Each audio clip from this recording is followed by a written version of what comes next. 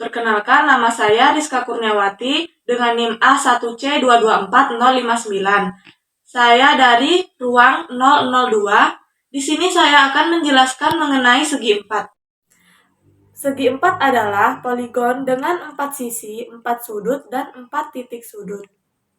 Pada segi 4, terdapat sifat utama adalah sifat jumlah sudut-sudut yang menyatakan bahwa jumlah sudut-sudut suatu segi 4 adalah 360 derajat. Kemudian kita masuk ke jenis-jenis segi 4. Yang pertama ada persegi. Nah, persegi merupakan bangun datar yang memiliki sisi dengan ukuran yang sama panjang. Kemudian yang ketiga trapesium, keempat jajar genjang, dan yang kelima belah ketupat. Di sini saya akan menjelaskan teorema segi 4 yang pertama, yaitu sudut-sudut jajar genjang yang berhadapan sama besar. Diketahui di sini jajar genjang A, B, C, D. Di sini saya akan membuktikan sudut A sama besar dengan sudut C. Kemudian segitiga ABD kongruen dengan segitiga CDB, sebab sudut B1 sama dengan sudut D1 adalah sudut dalam berseberangan. Kemudian sudut D2 sama dengan sudut B2 juga sudut dalam berseberangan. Lalu BD sama dengan BD itu berimpit. Sehingga kita peroleh sudut A sama dengan sudut C. Begitupun sebaliknya, sudut B sama dengan sudut D. Kemudian, sudut A ditambah sudut B sama dengan 180. Dan sudut C ditambah sudut D sama dengan 180. Maka, sudut A B sejajar dengan sudut CD. Selanjutnya, sudut A ditambah sudut D sama dengan 180 dan sudut C ditambah sudut B sama dengan 180. Maka, sudut AD sejajar dengan sudut CB. Jadi terbukti bahwa sudut-sudut jajar genjang yang berhadapan sama besar. Selanjutnya, teorema yang kedua, yaitu sisi-sisi yang berhadap pada jajar genjang yang sama panjang. Dapat kita lihat bahwa panjang AB sama dengan panjang DC. Begitu pula panjang AD sama dengan panjang BC. Selanjutnya, teorema yang ketiga, yaitu kedua diagonal jajar genjang yang berpotongan di tengah-tengah. Diketahui AC dan BD berpotongan pada S. Kemudian kita buktikan AS sama dengan CS dan BS sama dengan DS. Kemudian segitiga ABS kongruen dengan segitiga CDS. Sebab AB sama dengan DC, sudut A1 sama dengan sudut C1, lalu sudut B1 sama dengan sudut D1. AS sama dengan CS dan BS sama dengan DS. Begitupun sebaliknya, segitiga ABS kongruen dengan segitiga CDS sebab AS sama dengan SC, BS sama dengan DS, lalu sudut S4 sama dengan sudut S3. Sehingga diperoleh sudut A1 sama dengan sudut C1. Maka AB sejajar dengan DC. Nah, ini persamaan pertama. Kemudian segitiga ASD kongruen dengan segitiga CSB sebab SD sama dengan SB, SA sama dengan SC, lalu sudut S1 sama dengan sudut S2. Sehingga diperoleh sudut D2 sama dengan sudut S2 maka AD sejajar dengan BC. Nah, yang ini adalah persamaan kedua. Sehingga terbukti kedua diagonal tersebut berpotongan di tengah-tengah. Selanjutnya, teorema yang keempat, yaitu jika sepasang sisi-sisi yang berhadapan sama panjang dan sejajar, maka segi empat tersebut adalah jajar genjang. Kemudian, teorema yang kelima, dalam persegi panjang, kedua diagonalnya sama panjang, dan sebaliknya, dalam jajar genjang, kedua diagonalnya sama panjang, maka jajar genjang tersebut adalah persegi panjang. Diketahui A, B, C, D, maka kita akan membuktikan A, C sama dengan D, B. Pembuktiannya yaitu segitiga ABC kongruen dengan segitiga BAD. Sebab AB sama dengan AB, sudut A sama dengan sudut B sama dengan 90 derajat. AD sama dengan BC. Sehingga diperolehlah AC sama dengan BD. Begitupun sebaliknya, AC sama dengan BD, maka AS sama dengan SB sama dengan SD. Jadi, segitiga ABS sama dengan segitiga ADS itu merupakan segitiga sama kaki.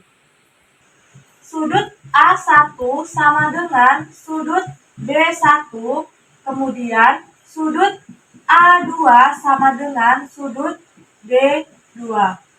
Jadi, sudut A1 ditambah sudut B1 ditambah sudut A2 ditambah sudut B2 sama dengan 180 derajat. Maka, sudut A1 ditambah sudut A1 ditambah sudut A2 ditambah sudut A2 sama dengan 180 derajat.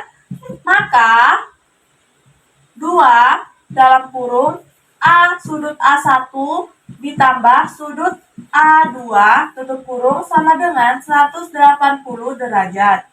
Maka sudut A1 ditambah sudut A2 sama dengan 90 derajat. Oleh karena itu diperoleh A, B, C, D adalah sebuah persegi panjang. Kita masuk ke teorema yang keenam. Dalam belah ketupat, diagonal-diagonalnya membagi sudut-sudut yang sama besar dan diagonal-diagonalnya tegak lurus sesamanya. Di sini saya akan membuktikan sudut A1 sama dengan sudut A2, sudut B1 sama dengan sudut B2, A1 tegak lurus dengan BD. Pembuktiannya adalah segitiga ABC kongruen dengan ADS. Sebab AB sama dengan AD, AS sama dengan AS, BS sama dengan DS. Sehingga diperoleh sudut A1 sama dengan A2 dan sudut S1 sama dengan S2. Kemudian sudut S1 ditambah sudut S2 sama dengan 180 derajat.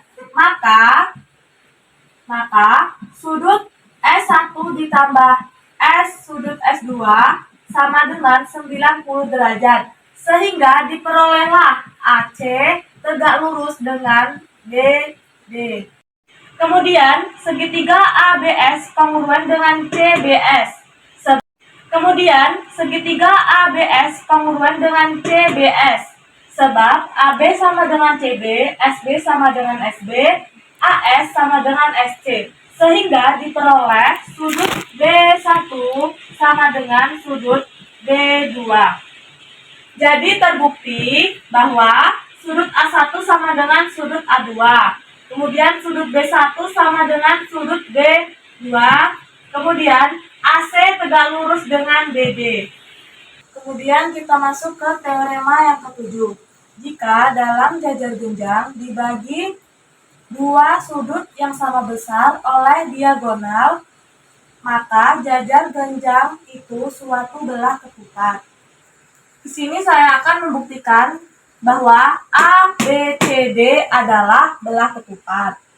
Pembuktiannya adalah segitiga ABC kongruen dengan ADC, sebab sudut A1 sama dengan sudut A2, AC sama dengan AC, sudut C1 sama dengan sudut C2.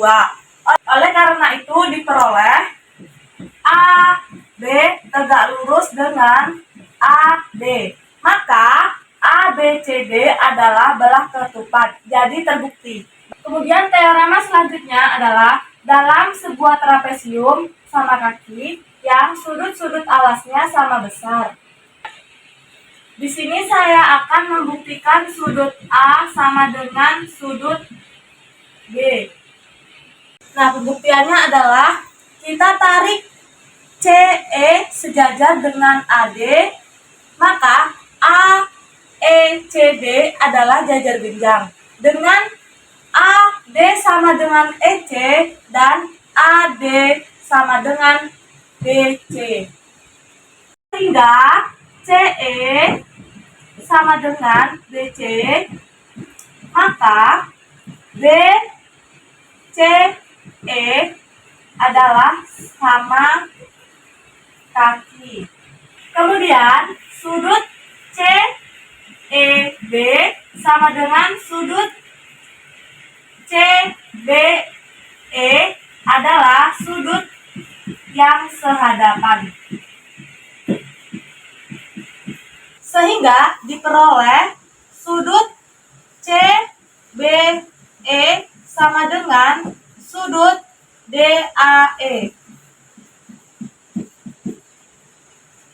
Kemudian segitiga ABC kongruen dengan segitiga BAB, sebab AB sama dengan AB, BC sama dengan AD, sudut CBE sama dengan sudut DAE. Sehingga diperoleh AB sama dengan BC. Sehingga diperoleh AC sama dengan BD. Teorema selanjutnya adalah jika suatu trapesium sudut-sudut alasnya sama besar, maka trapesium itu adalah sama kaki. Kemudian teorema selanjutnya, jika dalam suatu trapesium diagonal-diagonalnya sama panjang, maka trapesium itu adalah sama kaki. Dan teorema selanjutnya, yaitu garis yang menghubungkan pertengahan-pertengahan kaki suatu trapesium sejajar dengan sisi-sisi sejajar dan panjangnya setengah jumlah sisi yang sejajar. Kemudian di sini saya akan membuktikan bahwa EF sejajar dengan AB dan sejajar dengan DC. EF sama dengan setengah kali AB ditambah DC. Pembuktiannya adalah sambung DF dan DA sehingga berpotongan di G. Pembuktiannya adalah sambung DF dengan AB dan AB sehingga berpotongan di G. Kemudian segitiga BGF kongruen dengan segitiga CDF, sebab BF sama dengan CF, sudut F1 sama dengan sudut F2, sudut D1 sama dengan sudut G1, sehingga diperoleh DC sama dengan BG. Sehingga diperoleh DC sama dengan BG dan DF sama dengan FG. Kemudian EF paralel tengah dengan AGD, segitiga AGD, sehingga kemudian EF paralel tengah dengan segitiga ABG sehingga EF sejajar dengan EG.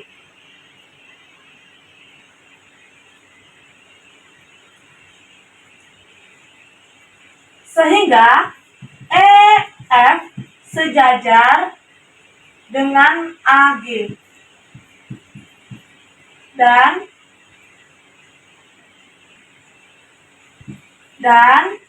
EF sama dengan setengah AG. Kemudian terbuktilah bahwa EF sejajar dengan AB dan sejajar dengan DC. Kemudian EF sama dengan setengah dikali AB ditambah DC. Kemudian teorema yang terakhir, yaitu perpotongan diagonal layang-layang saling tegak lurus.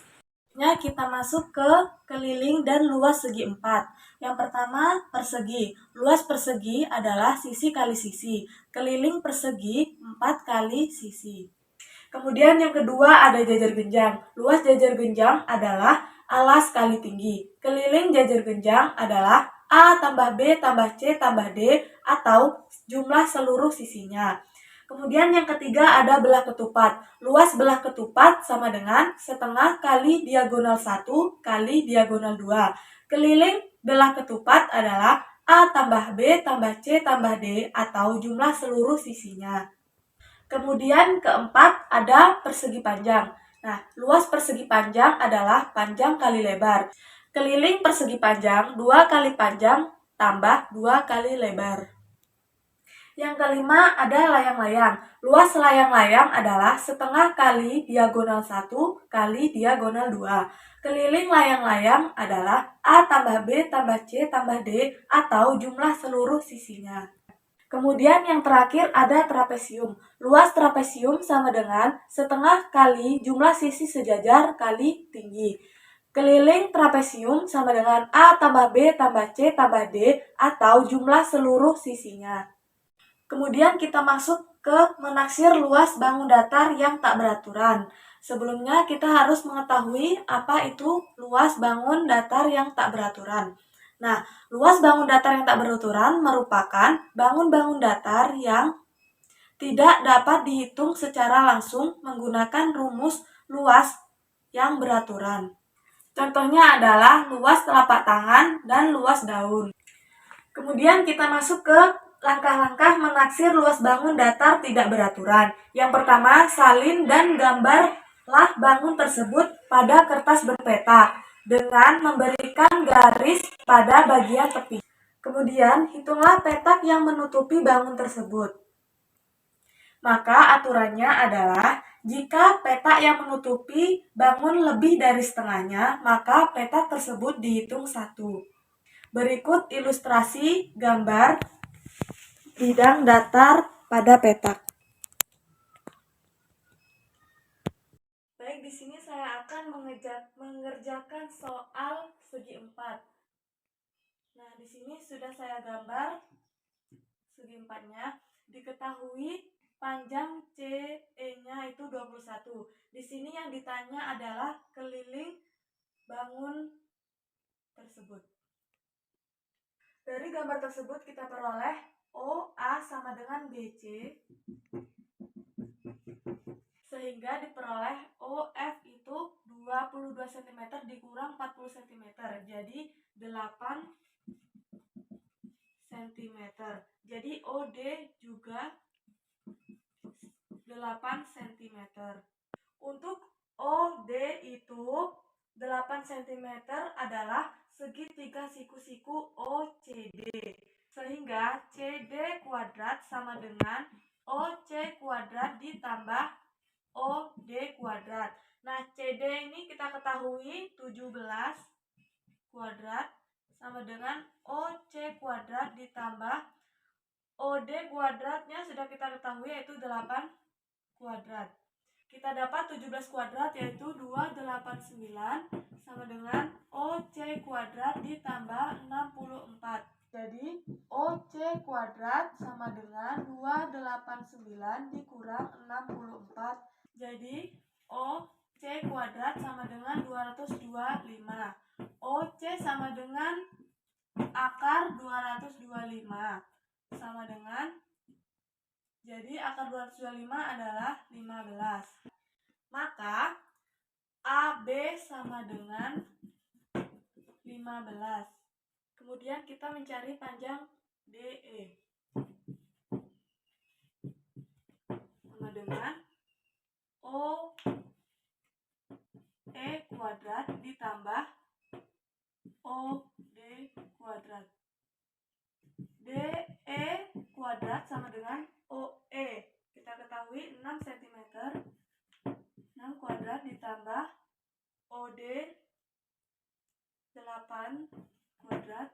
Dan DE kuadrat sama dengan 6 kuadrat 36 ditambah 8 kuadrat 64. DE kuadrat sama dengan 100. DE sama dengan akar 100 sama dengan 10. Kemudian kita hitung kelilingnya.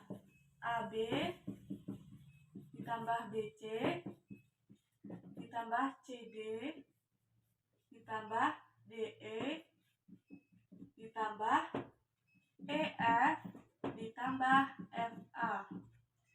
Jadi AB sama dengan 15 ditambah BC sama dengan 22 ditambah CD sama dengan 17 ditambah DE sama dengan 10 ditambah EF sama dengan 10 ditambah FA sama dengan 14. Jadi hasilnya adalah 88 cm.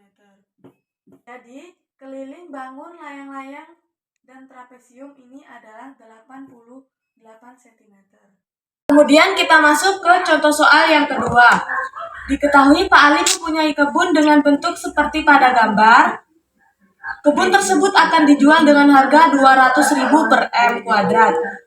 Nah, yang ditanya adalah hasil penjualan kebun Pak Ali.